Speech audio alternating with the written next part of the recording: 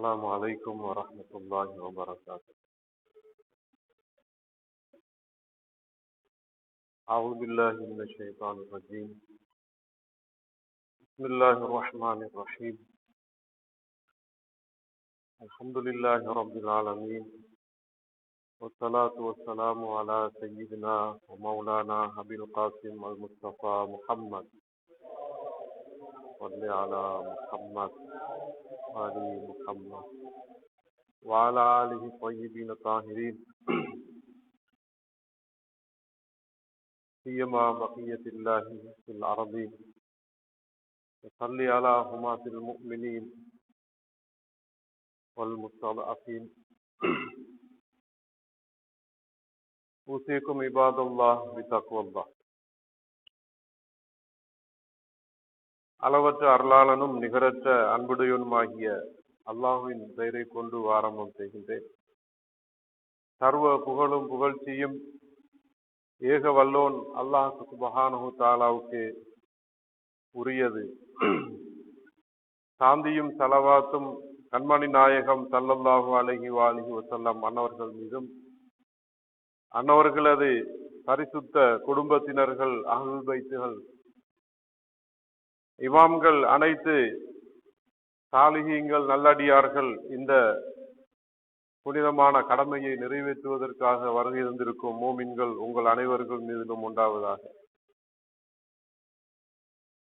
இந்த கடமையிலே வலியுறுத்தப்படுகின்ற முக்கியமான விடயமாக இருக்கின்ற அல்லாஹ்வுடைய தக்வா, இறையச்சத்தை பேணிக் கொள்ளுமாறும் கடைபிடித்துக் கொள்ளுமாறும் முதற்கான் எனக்கும் அப்பால் உங்களுக்கும் வலியுறுத்துகின்றேன், வசியத்து செய்கின்றேன்.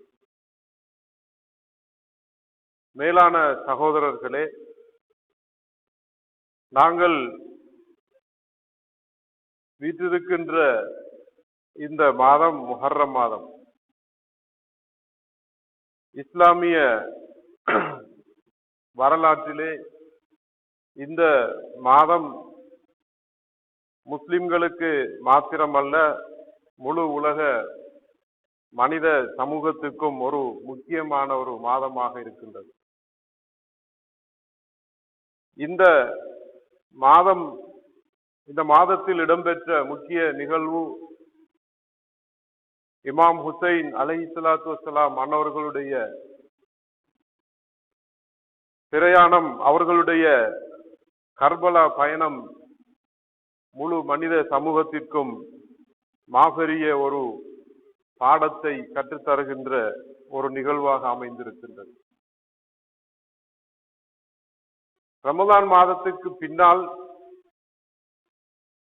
மனித சமூகத்தை, குறிப்பாக முஸ்லிம்களுடைய சமூக வாழ்க்கையாக இருந்தாலும், அவர்களுடைய தனி மனித வாழ்க்கையாக இருந்தாலும், அந்த வாழ்க்கையை ஒரு கணம் மறுபரிசீலனை செய்வதற்கும், தான் விட்ட குறைகளை, தவறுகளை நிவர்த்தி செய்வதற்குமான ஒரு சந்தர்ப்பத்தை இந்த முஹர்ரம் மாதம் எங்களுக்கு தேடி தருகின்றது. ரமலான் மாதத்தில் எவ்வாறு மனிதன் தவறு செய்திருந்தால், பாவம் செய்திருந்தால், பச்சாதாபப்பட்டு தௌபா செய்து மீண்டு வருவதற்கான ஒரு சந்தர்ப்பம் அவனுக்கு வழங்கப்படுகின்றதோ, அதே மாதிரியான ஒரு சந்தர்ப்பத்தை இந்த முஹர்ரம் மாதம் மனிதனுக்கு வழங்குகிறது. குறிப்பாக அஹ்லுல் பைத்துகளை பின்பற்றுகின்ற, இமாம் ஹுசைனை நேசிக்கின்ற அந்த சமூகத்திற்கு இவ்வாறான ஒரு வரமாக, அருளாக இந்த மாதம் திகழ்கின்றது. ஏனென்று சொன்னால், இந்த மாதத்திலே இமாம் ஹுசைன் அலைஹிஸ்ஸலாத்து வஸ்ஸலாம் அவர்கள் ஒரு மாபெரிய எழுச்சியை, ஒரு மாபெரிய ஒரு போராட்டத்தை மேற்கொண்டு சமூகத்தை சீர்திருத்துவதற்காக, தனி மனிதனுடைய வாழ்க்கையிலே அவனுடைய நடத்தை சார் விடயங்களை சீரமைப்பதற்காக ஒரு மாபெரிய இலட்சியத்தோடு இந்த பயணத்தை மேற்கொண்டு வந்தார்கள். அந்த இமாம் ஹுசைன் அவர்கள் தன்னுடைய இந்த பயணத்தை ஆரம்பத்திலே அவர்களுடைய பேனாவால், கடிதத்தால், மடல்களால் இந்த பயணத்தை அவர்கள் மேற்கொண்டார்கள். அதன் பிற்பாடு அவர்கள் தன்னுடைய நடத்தையினால் அன்று இருந்த அந்த இஸ்லாத்துக்கு விரோதமான, இஸ்லாமிய விரோத போக்கு கொண்ட அந்த சூழலை மாற்றி அமைப்பதற்காக அவர்கள் தன்னுடைய நடத்தையினால் அவர்கள் மேற்கொண்ட விடயங்களையும் நாங்கள் பார்க்கின்றோம். அதே போன்றுதான் இறுதியாக அவர்கள் தன்னையும் தனது தோழர்களையும் தனது குடும்ப உறவுகளையும் தியாகம் செய்து இந்த எழுச்சியை, இந்த மனிதர்களுக்கு மத்தியிலே ஒரு மாற்றத்தை உருவாக்குவதற்கான அந்த பயணத்தை அவர்கள் மேற்கொண்டிருக்கிறார்கள். இமாம் ஹுசைன் அலைஹிஸ்ஸலாம் அன்னவர்களுடைய பயணத்தை பற்றி அவர்கள் சொல்லுகின்ற போது, நான் இந்த பயணத்தை மேற்கொள்வதெல்லாம் இந்த பயணத்தின் மூலமாக அநியாயம் செய்வதற்கோ, அட்டூழியம் செய்வதற்கோ, அல்லது அழிச்சாட்டியம் செய்வதற்கோ, குழப்பத்தை விளைவிக்கவோ, அல்லது உலகாயத இன்பங்களை நான் எதிர்பார்த்தோ இந்த பயணத்தை நான் மேற்கொள்ளவில்லை. நான் செல்லுகின்ற இந்த பயணத்தின் நோக்கமானது தலபில் இஸ்லாஹ் ஃபி உம்மத்தி ஜத்தி, என்னுடைய உம்மத்தினுடைய, அதாவது என்னுடைய பாட்டனாருடைய உம்மத்தில் நான் ஒரு மாற்றத்தை எதிர்பார்த்து அதனை செய்வதற்காகவே நான் இந்த பயணத்தை மேற்கொள்கின்றேன் என்று இமாம் ஹுசைன் அலைஹிஸ்ஸலாத்து வஸ்ஸலாம் அவர்கள் தன்னுடைய பயணத்தின் நோக்கத்தை அவர்கள் குறிப்பிடுகின்றார்கள். இமாம் ஹுசைன் அவர்கள் நபி அவர்களுடைய உம்மத்திலே ஏற்பட்டிருக்கின்ற பிறழ்வுகளை, மாற்றங்களை, அந்த சமூகம் சென்றிருக்கின்ற, அதாவது யதார்த்தமான அந்த பாதையை விட்டு அது சென்றிருக்கின்ற, தூரமாயிருக்கின்ற அந்த நிலையிலிருந்து அந்த சமூகத்தை மீட்டெடுப்பதற்காக, அவர்களுடைய பாட்டனாருடைய மார்க்கத்தில் மீளவும் அவர்களை கொண்டு வந்து சேர்ப்பதற்காகத்தான் இந்த பயணத்தை அவர்கள் மேற்கொண்டிருக்கிறார்கள். இந்த பயணம் சாதாரணமாக ஒரு சமூக அரசியலை மையப்படுத்தி மேற்கொண்டிருக்கின்ற அதே நேரத்தில் ஒவ்வொரு தனி மனிதனுடைய வாழ்வையும் குறிவைத்ததாக இருக்கிறது என்பதை நாங்கள் மறந்துவிடக் கூடாது. இமாம் ஹுசைன் அலைஹிஸ்ஸலாம் அவர்கள் கர்பலா பயணத்தை மேற்கொண்டார்கள். எதற்காக? யசீதினுடைய, உமையாக்களுடைய ஆட்சி அதிகாரத்தை மாற்றுவதற்காக என்பது மாத்திரம் அங்கு இலக்காக இல்லை. இமாம் அவர்கள் சொல்லுகின்ற போது அல் இஸ்லாஹ் ஃபி உம்மத்தி ஜத்தி என்று சொல்லுகின்ற விடயத்தை நோக்குகின்ற போது அது அரசியல் மாற்றத்தையும் உள்ளடக்கிக் கொள்ளுகின்றது. அதே போன்று ஒவ்வொரு மனிதனுடைய நடத்தை சார் விடயங்களையும் அது உள்ளடக்கிக் கொள்ளுகின்றது என்பதை நாங்கள் அறிந்து கொள்ள வேண்டும். இமாம் ஹுசைன் அவர்களுடைய போராட்டம், அந்த அவர்கள் எவ்வாறு ஒரு தொழுகையில் நாங்கள் சூரத்துல் ஹம்தை ஓதி, அந்த சூரத்துல் ஹம்து மூலமாக நாங்கள் எங்களுடைய நேரிய தௌஹீத் கொள்கையை, அந்த ஏகத்துவ நம்பிக்கைகளை நாங்கள் புதுப்பித்து உலகில் ஒரே ஒரு சக்தி இருக்கிறது என்பதையும், அதற்கு நிகரிலே வேறு எந்த சக்தியும் இல்லை என்பதையும் நாங்கள் பறைசாற்றுகின்றோமோ, அந்த முழுமையான ஒரு வாழ்வை, முழுமையான ஒரு வாழ்வியல் திட்டத்தை அவர்கள் மேற்கொண்டு இந்த பயணத்தை அவர்கள் மேற்கொண்டிருக்கிறார்கள். அல்ஹம்துலில்லாஹி ரப்பில் ஆலமீன் என்று நாங்கள் சொல்லுகின்றோம். இந்த உலகில் புகழுக்கும் புகழாரத்துக்கும் உரிய ஒரே ஒரு சக்தி என்று சொன்னால் அது இறைவன் மாத்திரம்தான் என்ற நம்பிக்கை. அர் ரஹ்மான் இர் ரஹீம் மாலிகி யௌமித்தீன் என்று சொல்லுகின்ற போது முழுமையாக எல்லாவற்றையும் உரிமை கொண்டுள்ளவன் ஒருவன் தான். அவன் ரஹ்மானாக இருக்கின்றான், ரஹீமாக இருக்கின்றான். நாங்கள் எந்த ஒரு உதவியை தேடுவதாக இருந்தாலும் இஹ்தினஸ் ஸிராத்தல் முஸ்தகீம், நாங்கள் நேரான பாதையை இறைவனிடத்தில் கேட்பதாக இருந்தால், ஒரு உதவியை நாங்கள் ஒருவரிடம் கேட்பதாக இருந்தால் அது இறைவனிடத்தில் மாத்திரம்தான் நாங்கள் கேட்க வேண்டும். அந்த உதவிக்கரம் அவன் மாத்திரம்தான் இறைவன் என்ற சக்தி மாத்திரம்தான் என்ற நம்பிக்கை எங்களுக்கு வர வேண்டும்.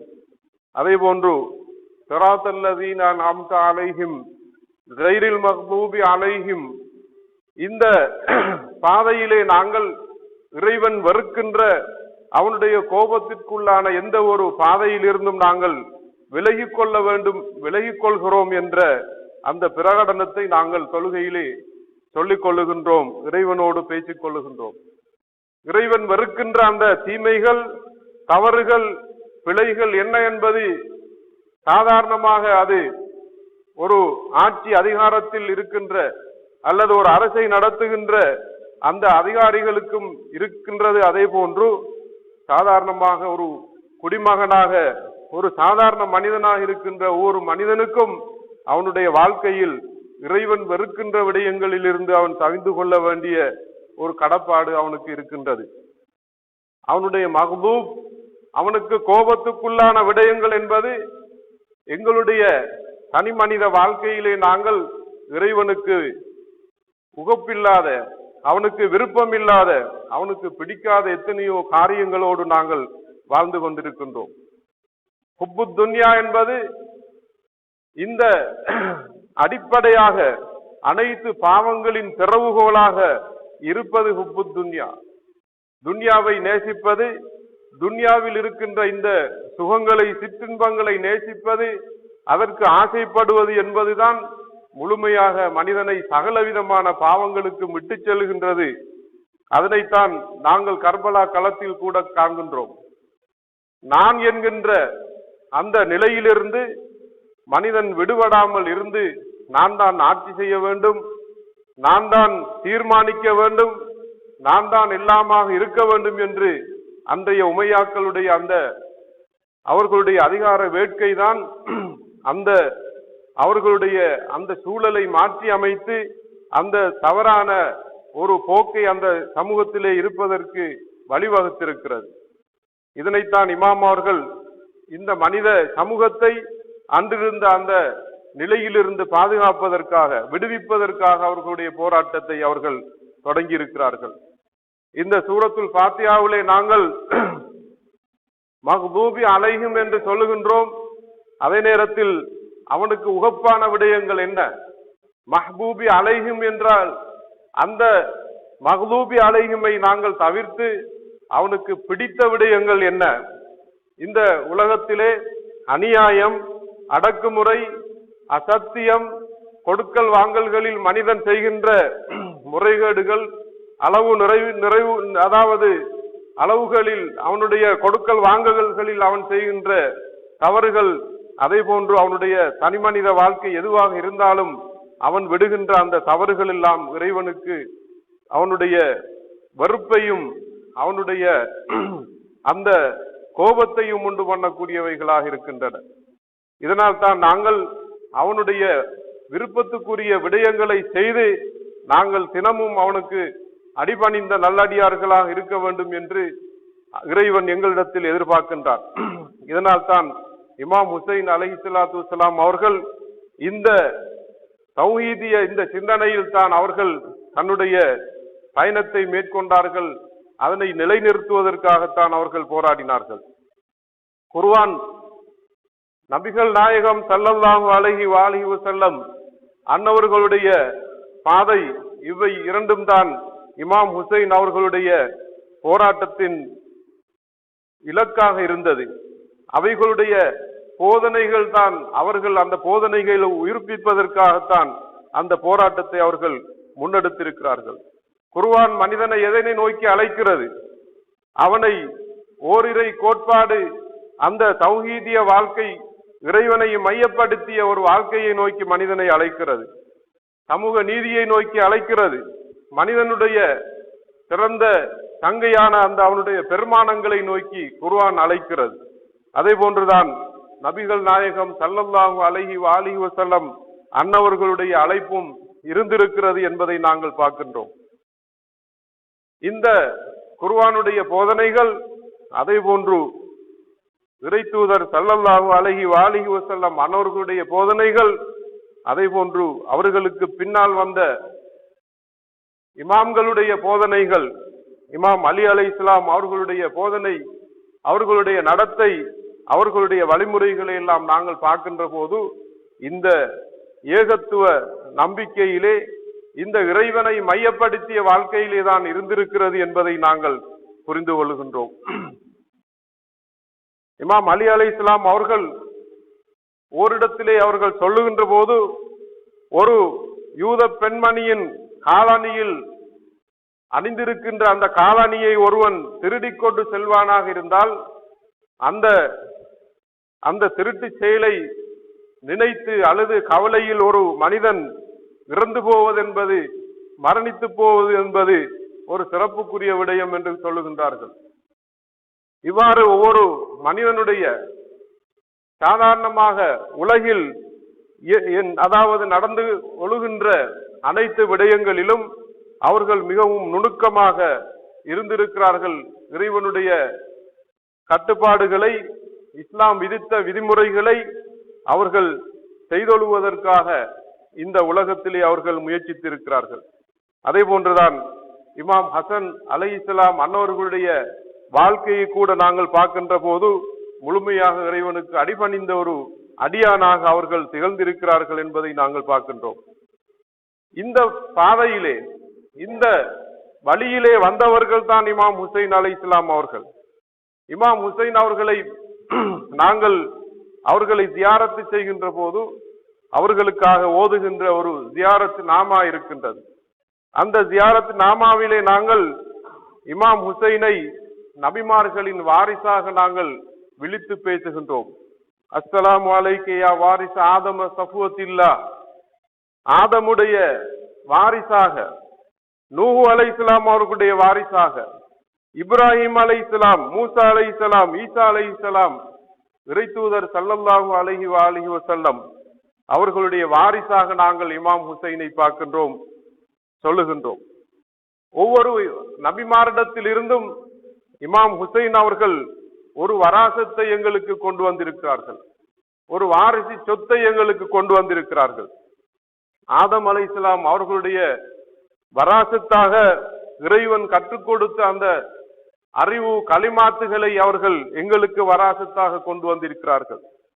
நூஹு அலைஹிஸ்ஸலாம் அவர்கள் தன்னுடைய சமூகத்திடம் சென்று அந்த இஸ்லாமிய அதாவது ஏகத்துவ கொள்கையை பிரச்சாரம் செய்ததிலே அவருக்கு ஏற்படுத்தப்பட்ட துன்பங்கள், துயரங்களுக்கு மத்தியில் அவர் பொறுமை காத்தார்.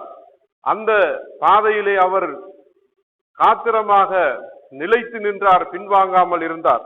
அந்த பொறுமையை, அந்த இஸ்திகாமத்தை எங்களுக்கு நூஹு நபியினிடத்தில் இருந்து அவர் வாரிசாக, வராசத்தாக கொண்டு வந்திருக்கின்றார். அதே போன்று இப்ராஹிம் அலைஹிஸ்ஸலாம் அவர்களுடைய வாரிசாக இமாம் ஹுசைன் அவர்கள் பார்க்கப்படுகிறார்கள். இப்ராஹிம் அலைஹிஸ்ஸலாம் அவர்களுடைய அந்த ஏகத்துவ போராட்டத்திலே அவர் சொல்லுகின்ற விடயம், இன்னி லா உஹிப்புல் ஆஃபிலீன், தோன்றி மறைகின்ற எந்த ஒரு பொருளையும் நான் விரும்பவில்லை என்று இப்ராஹிம் அலைஹிஸ்ஸலாம் அவர்கள் சொல்லுகின்றார்கள். என்று சொன்னால், இந்த உலகத்தில் எதுவெல்லாம் உலகாயத இன்பமாக தோன்றுகின்றதோ, உலகத்தில் முக்கியமானதாக திகழ்கின்றதோ அவைகளெல்லாம் ஒரு காலத்தின் பின்னால் மறைந்துவிடும். எனவே அந்த மறைகின்ற எந்த ஒரு இன்பத்தையும், எந்த ஒரு சுகத்தையும் நான் விரும்பவில்லை என்று இப்ராஹிம் அலைஹிஸ்ஸலாம் அவர்களிடத்தில் இருந்து இமாம் ஹுசைன் அவர்கள் கொண்டு வந்த வாரிசாக நாங்கள் அதனை பார்க்கின்றோம். மூசா அலைஹிஸ்ஸலாம் அவர்களுடைய வாரிசாக இமாம் ஹுசைன் அவர்கள் குறிப்பிடப்படுகின்றார்கள். ஃபிரௌனை அழித்தொழித்து நான் தான் கடவுள் என்று, நான் தான் இறைவன் என்று தம்பட்டம் அடித்துக் கொண்டிருந்த அந்த மனோ இச்சையை அவர்கள் உடைத்தறிந்து தகர்த்தறிந்த அந்த ஒரு மூசாவுடைய வாரிசாக இமாம் ஹுசைன் அவர்கள் பார்க்கப்படுகிறார்கள். அதே போன்று ஈசா அலைஹிஸ்ஸலாம் அவர்களுடைய வாரிசாக இமாம் ஹுசைன் அவர்கள் பார்க்கப்படுகிறார்கள் என்று சொன்னால், இமாம் ஹுசைன் அதாவது ஈசா அலைஹிஸ்ஸலாம் அவர்கள் பிற மனிதர்களை அன்பு வைத்து அவர்களுக்கு நேசம் காட்டி வாழ்ந்த ஒருவர் என்று வரலாற்றிலே பிரபல்யம் வாய்ந்த ஒருவராக காணப்படுகின்றார். அந்த மஹப்பத்தை, அந்த அன்பை வராசத்தாக கொண்டவராக இமாம் ஹுசைன் அவர்கள் இருக்கின்றார்கள். அதே போன்று இமாம் ஹுசைன் அவர்கள் ரசூல் ஸல்லல்லாஹு அலைஹி வஸல்லம் அவர்களுடைய வாரிசாக இருக்கிறார்கள் என்று சொன்னால், இமாம் அவர்கள் எவ்வாறு நபிகள் நாயகம் ஸல்லல்லாஹு அலைஹி வஸல்லம் அவர்கள் மற்ற மனிதர்களை இருளிலிருந்து, இந்த இருள் சூழ்ந்த உலகத்திலிருந்து அவர்களை பாதுகாத்து அவர்களை ஒளியின்பால் இட்டுச் செல்வதற்காக எவ்வாறு மனம் உருகி மனம் இரக்கம் கொண்டு அவர்கள் செயற்பட்டார்களோ, அந்த இரக்க சிந்தனையை இமாம் ஹுசைன் அவர்கள் வாரிசாக கொண்டிருக்கிறார்கள். சாதாரணமாக ரசூலுல்லாவுடைய வாழ்க்கையிலே நாங்கள் பார்க்கின்ற போது, ஒரு நிகழ்விலே ஒரு சிறுவன் தன்னுடைய ஒரு சிறிய ஒரு குருவி ஒன்று செத்துவிட்டது என்ற ஒரு கவலையிலே வீட்டிருந்த போது அவனை அணுகி நாயகம் அவர்கள் அந்த சிறுவனுக்கு அனுதாபம் தெரிவித்தார்கள் என்று அவர்களுடைய அந்த இரக்க சிந்தனையை பற்றி சொல்லுகின்ற போது வரலாறிலே பதிவு செய்யப்பட்டிருக்கிறது. இவ்வாறு ஒரு சிறிய ஒரு அற்பமான ஒரு பொருளுக்கு ஒரு இரக்கமாக இருந்த அவர்கள் இந்த உலகத்துக்கு ஒரு இரக்க சிந்தனையாளராக மனித அந்த அழிவுகளிலிருந்து இருள்களிலிருந்து காப்பாற்றுகின்ற ஒரு மாமனிதராக வாழ்ந்திருக்கின்றார். எனவேதான் இவ்வாறான நபிமார்களுடைய வாரிசாக திகழ்கின்ற இமாம் ஹுசைன் அலைஹிஸ்ஸலாம் அவர்கள் இவ்வாறான குணாதிசயங்களை, குணங்களை, சிறப்புகளை, இவ்வாறான பெருமானங்களை மனித சமூகத்துக்கு அவர்கள் தந்திருக்கிறார்கள். எனவேதான் இமாம் ஹுசைன் அவர்களுடைய போராட்டம், எழுச்சி என்பது அது ஒரு சமூகத்தை மாத்திரம் இலக்கு வைத்ததாக அமையவில்லை. அது ஒவ்வொரு தனி மனிதனையும் இலக்காக கொண்டு அமைந்திருக்கிறது என்பதை நாங்கள் அதாவது வரலாற்றை படிக்கின்ற போது விளங்கிக் கொள்வதாக இருக்கின்றது. எனவேதான் கண்ணியத்துக்குரிய சகோதரர்களே, இமாம் ஹுசைன் அவர்கள் எங்களுடைய ஒவ்வொரு மனிதனுடைய வீட்டிற்கும் வந்து எங்களை தட்டுகின்றார்கள். ஹல்மின் நாசிரின் யன்சுருனி, எனக்கு உதவி செய்பவர்கள் யாரும் உண்டோ என்று கேட்கிறார்கள் என்று சொன்னால், அவர்கள் எங்களுடைய கரத்தை பிடித்துக் கொண்டு எங்களை இறை ஜோதி என்கின்ற அந்த ஒளிமயமான பாதையை நோக்கி விட்டு செல்வதற்காக அழைப்பு விடுக்கிறார் என்பதுதான் உண்மையாக இருக்கிறது. எனவேதான் இந்த ஹுசைன் எங்களுடைய சமூக வாழ்க்கையிலும் தனிமனித வாழ்க்கையிலும் ஒரு விருட்சமாக, ஒரு ஒளிவிளக்காக காட்சி தருகிறார். ஒரு யதார்த்தமான ஒரு வாழ்வியலை நோக்கி எங்களை அழைக்கின்றார். ஒரு உண்மையான தீனை நோக்கி எங்களை அழைக்கின்றார். எனவே இந்த தீனை, மனிதர்களை இந்த இருளில் இருந்து காப்பாற்றுகின்ற இந்த அவர்களுடைய பயணத்தை சகித்துக் கொள்ளாதவர்கள் அதற்கு எதிராக செயற்படுவார்கள் என்பதில் எந்த சந்தேகமும் இல்லை. எனவே இந்த நாட்களிலே இந்த இமாம் ஹுசைன் அவர்களை நாங்கள் அவர்களுடைய இந்த நிகழ்வை அனுஷ்டித்து கவலை தெரிவிக்கின்ற அதே நேரத்தில் அவர்கள் எங்களுக்கு கற்றுத்தர வருகின்ற பாடங்கள் என்ன என்பதை நாங்கள் ஒரு கணம் சிந்தித்து செயல்பட வேண்டும். அல்லாஹ் சுப்ஹானஹு வ தஆலா எங்கள் எல்லோருக்கும் அருள் புரிவானாக. பிஸ்மில்லாஹிர் ரஹ்மானிர் ரஹீம். இன்னா அஅதைனாகல் கௌஸர் ஃபஸல்லி லிரப்பிக வன்ஹர் இன்ன ஷானிஅக ஹுவல் அப்தர். ஸதகல்லாஹுல் அலிய்யுல் அஸீம்.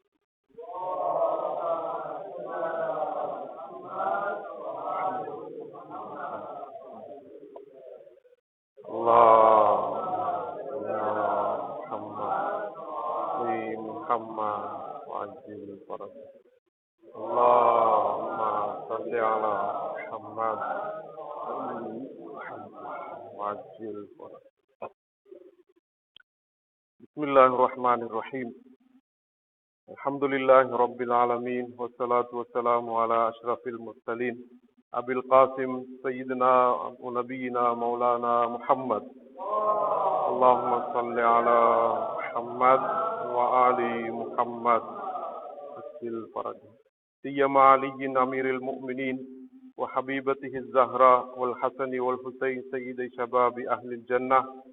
وعلي بن الحسين زين العابدين ومحمد بن علي الباقر وجعفر بن محمد الصادق وموسى بن جعفر القاضم وعلي بن موسى الرضا ومحمد بن علي الجواد وعلي بن محمد الهادي والحسن بن علي زكي العسكري والحجة بن الحسن القائم المهدي. اللهم صل على محمد علي محمد وعجل فرجه. மீண்டும் ஒரு முறை இந்த கடமையில் வலியுறுத்தப்படுகின்ற தக்வாவை எனக்கும் அப்பால் உங்களுக்கும் கடைபிடிக்குமாறு வலியுறுத்துகின்றேன், வசியத்து செய்கின்றேன்.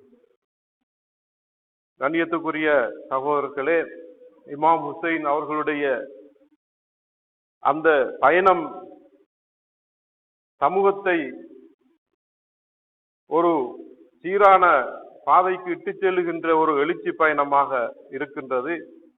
அதே போன்று தனி மனித சமூக, அதாவது ஒவ்வொருத்தரையும் அவர்களுடைய நடத்தை சார் விடயங்களை தீர்த்தி அமைத்துக் கொள்வதற்காக அந்த பயணம் அமைந்திருக்கிறது.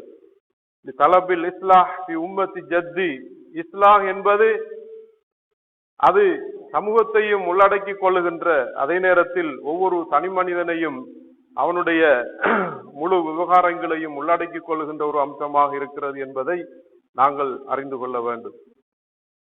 இந்த பயணம் வரலாற்றிலே நிகழ்ந்து எது சத்தியம் என்பது, எது உண்மை, எது யதார்த்தம் என்பதை உலகுக்கு வெளிச்சம் போட்டு காட்டியது.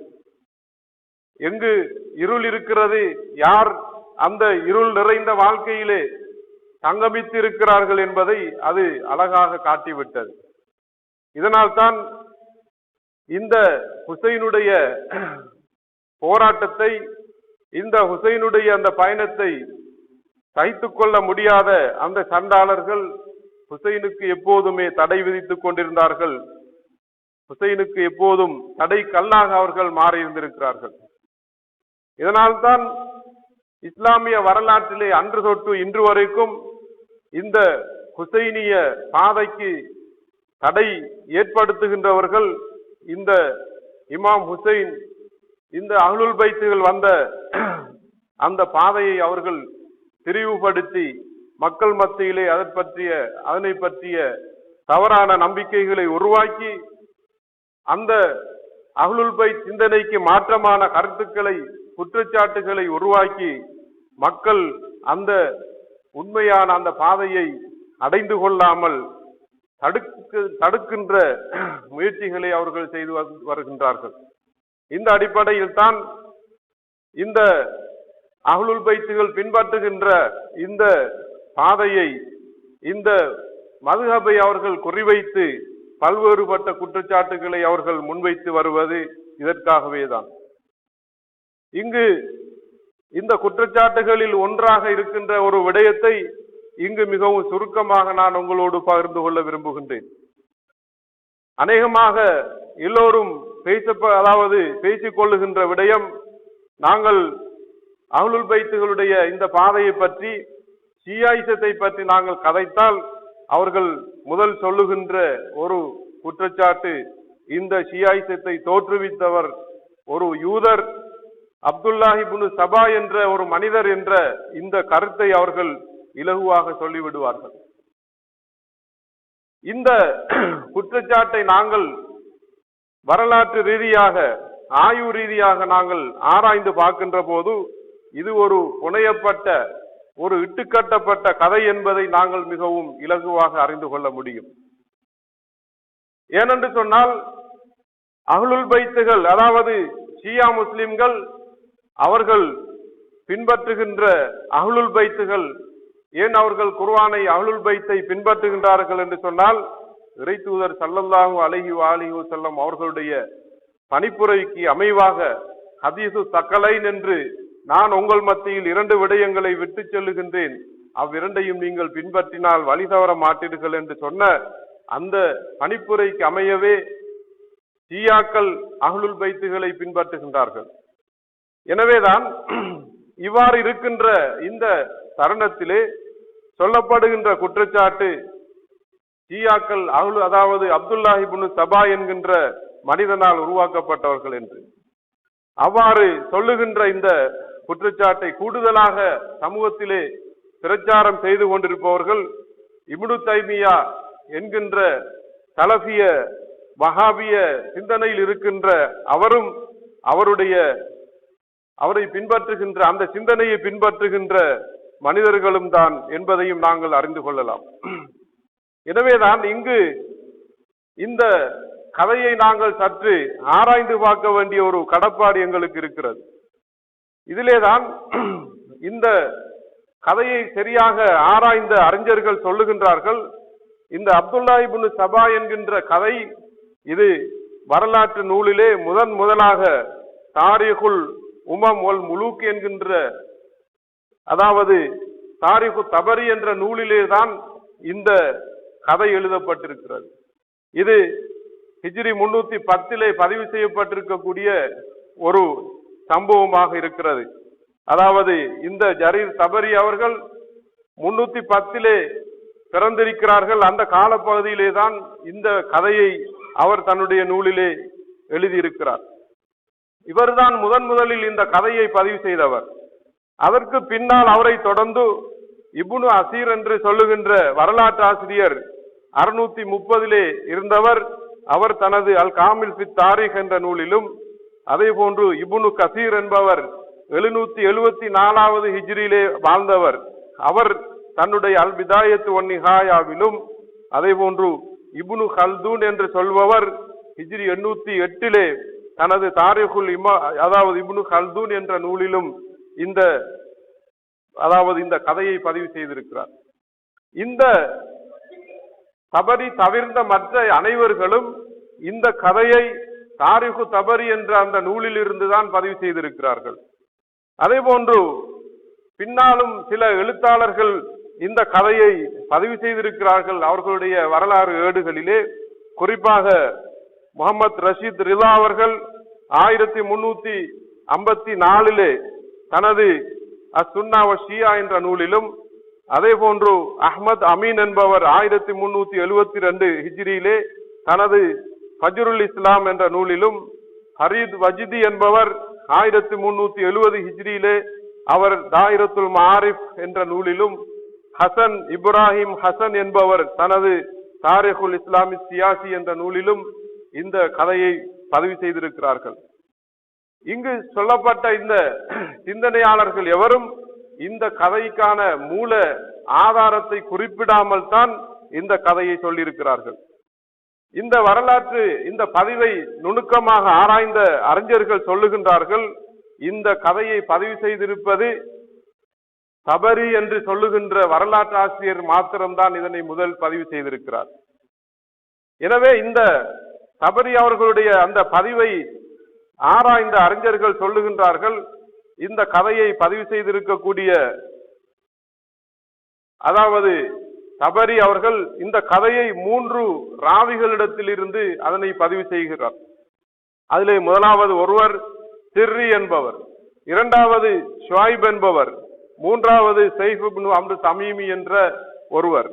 இந்த 3 பேர்களையும் பற்றி வரலாற்று, அதாவது ஹதீஸ் கலை அறிஞர்கள் சொல்லுகின்ற விளக்கங்களை நாங்கள் பார்க்கின்ற போது, இந்த சிர்ரி என்பவர் 2 விதமான பெயர்களை கொண்டு வரலாற்றிலே, அதாவது வரலாற்று நூல்களிலே காணப்படுகின்றார். அதிலே ஒருவர் இஸ்மாயில் பின் கூஃபி என்பவர், அதே போன்று இன்னும் ஒருவர் சிர்ரி பின் ஆசிப் பின் சஹல் ஹமதானி என்பவர். இந்த 2 பேர்களையும் பற்றி ஹதீஸ் கலை அறிஞர்கள் மிகவும் சாடி, அவர்கள் பொய்யர்கள், ஹதீதுகளை புனைபவர்கள், இட்டுக்கட்டுபவர்கள் என்று அவர்களை சொல்லியிருக்கிறார்கள்.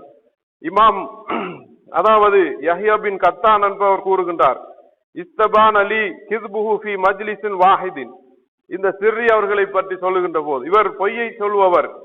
அதே போன்று இமாம் நசாயி அவர்கள் சொல்லுகின்றார்கள், இன்னஹு மத்ரூக்குன், இவர் புறக்கணிக்கப்பட்டவர் என்று சொல்லுகின்றார். அதே போன்று இன்னும் ஒரு அறிஞர் சொல்லுகின்றார், தரக்கன்னாசு ஹதீஸவு, இந்த சிர்ரியுடைய ஹதீஸை மனிதர்கள் புறக்கணித்திருக்கிறார்கள் என்று இவர்களை சாடி இருக்கிறார்கள். எனவேதான் இந்த சிர்ரி என்பவர் ஒரு சாடப்பட்ட ஒருவர், பொய்யர் என்ற அறிவிப்பு நிறையவே காணப்படுகின்றது.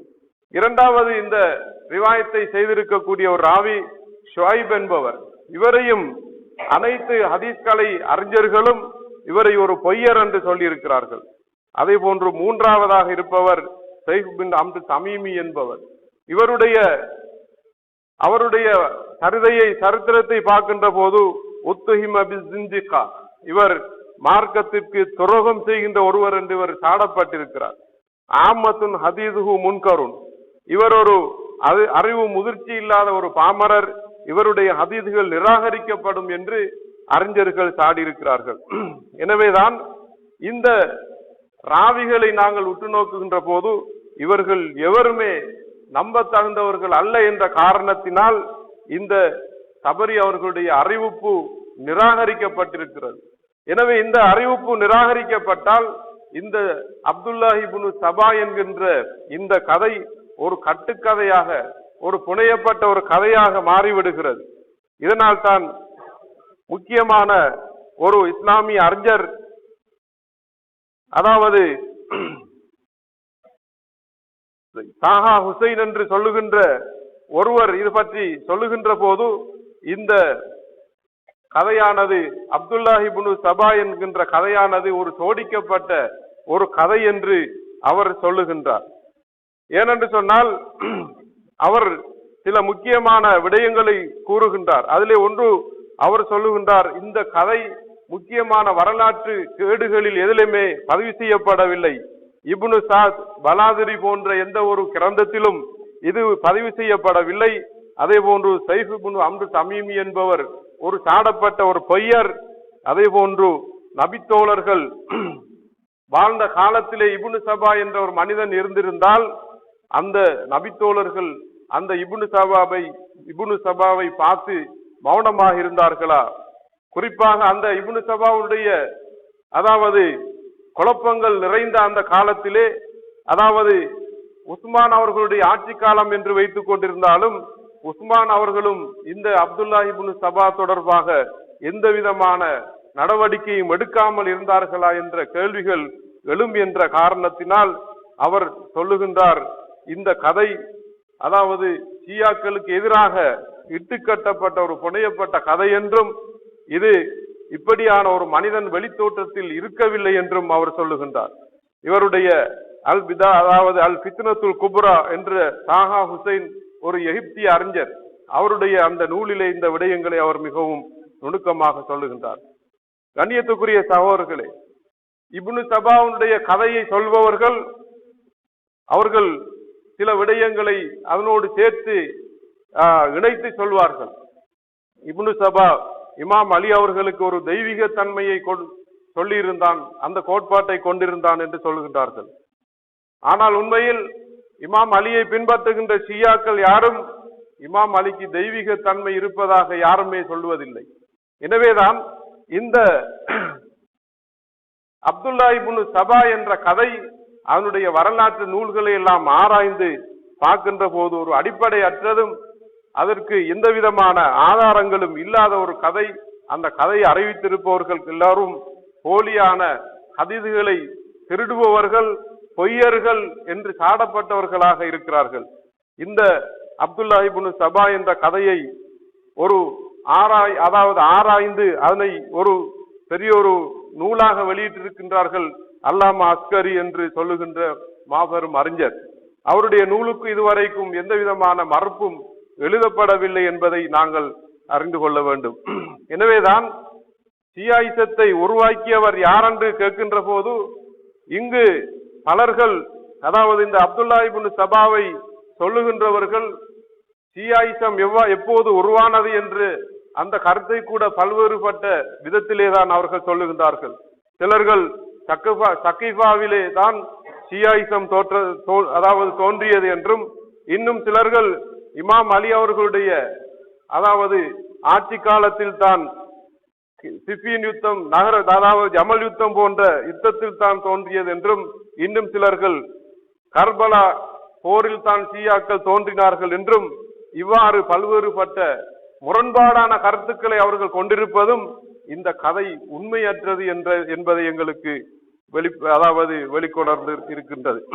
எனவேதான் இவ்வாறு இருக்கின்ற நேரத்தில் நாங்கள் உண்மையாக அறிந்தால் இந்த ஷியாயிசத்தை தோற்றுவித்த யார் என்று பார்த்தால் அது நாயகம் ஸல்லல்லாஹு அலைஹி வஸல்லம் அவர்கள் தான் என்பதை நாங்கள் தெளிவாக அறிந்து கொள்ளக்கூடியதாக இருக்கிறது. அஹ்லு சுன்னத் வல் ஜமாத் சகோதரர்களின் சுமாராக 48 கிரந்தங்களில் பதிவாகியிருக்கக்கூடிய பல்வேறு ஹதீதுகளிலே நாயகம் ஸல்லல்லாஹு அலைஹி வஸல்லம் அவர்கள் சொல்லுகின்றார்கள், யா அலி அந்த வ ஷிஅத்துக லஹுமுல் ஃபாயிஸூன யௌமல் கியாமா. அலியே, நீரும் உங்களுடைய ஷியாக்களும் மறுமை நாளில் வெற்றி பெறுவீர்கள் என்று நாயகம் ஸல்லல்லாஹு அலைஹி வஸல்லம் அவர்கள் பல்வேறு இடங்களில் இமாம் அலியை பார்த்து இவ்வாறு இந்த நாமத்தை கூறி இமாம் அலியை பின்தொடர்கின்ற அந்த சமூகத்தை அவர்கள் ஷியா என்று பெயரிட்டு சொல்லியிருப்பது அவர்கள்தான் இந்த ஷியாயிசத்தை தோற்றுவித்தார்கள். மாறாக எந்த ஒரு யூதருக்கோ எந்த ஒரு மர்மமான மனிதருக்கோ இது தொடர்பு இல்லை. இது ஒரு தூய்மையான பாதை. இறை தூதர் ஸல்லல்லாஹு அலைஹி வஸல்லம் அவர்கள் உருவாக்கிய காட்டிய அந்த பாதை அதனுடைய தூய்மையான வடிவத்தில் தொடர்ந்து வந்து கொண்டிருக்கிறது. அதனை அஹ்லுல் பைத்துகள் மேற்கொண்டு சொல்லுகின்றார்கள். அதே போன்று இமாம் ஹுசைன் அவர்களுடைய போராட்டமும் இந்த பாதையில் தான் வந்திருக்கிறது. எனவேதான் இவ்வாறான குற்றச்சாட்டுகளை, அதாவது வரலாறிலே இவ்வாறான துருப்பிடித்த இந்த குற்றச்சாட்டுகளை கூறி கூறி ஒரு யதார்த்தத்தை உண்மையில் இருந்து ஒரு ஒளிமயமான பாதையில் இருந்து மக்களை வழிகெடுப்பதற்காக, மக்களை அதிலிருந்து தூரமாக்குவதற்காக இன்று பலர்கள் முயற்சித்துக் கொண்டு வருகிறார்கள். அவர்களுடைய அந்த முயற்சியில் ஒன்றுதான், சதியில் ஒன்றுதான் இந்த அப்துல்லாஹ் இப்னு சபா என்ற கட்டுக்கதையாக இருக்கிறது என்பதை நாங்கள் அறிந்து கொள்ள வேண்டும். எனவே அல்லாஹ் சுப்ஹானஹு வ தஆலா எங்களுக்கு இந்த மார்க்கத்தை சரியாக விளங்கி அதனுடைய பாதையை சரியாக பின்பற்றுவதற்குரிய பாக்கியத்தை தந்தருள்வானாக. பிஸ்மில்லாஹிர் ரஹ்மானிர் ரஹீம். குல் ஹுவல்லாஹு அஹத் அல்லாஹு ஸமத் லம் யலித் வலம் யூலத் வலம் யகுல் லஹு குஃபுவன் அஹத். ஸதகல்லாஹுல் அலியுல் அஸீம். அஸ்ஸலாமு அலைக்கும் வரஹ்மத்துல்லாஹி வபரகாத்துஹு.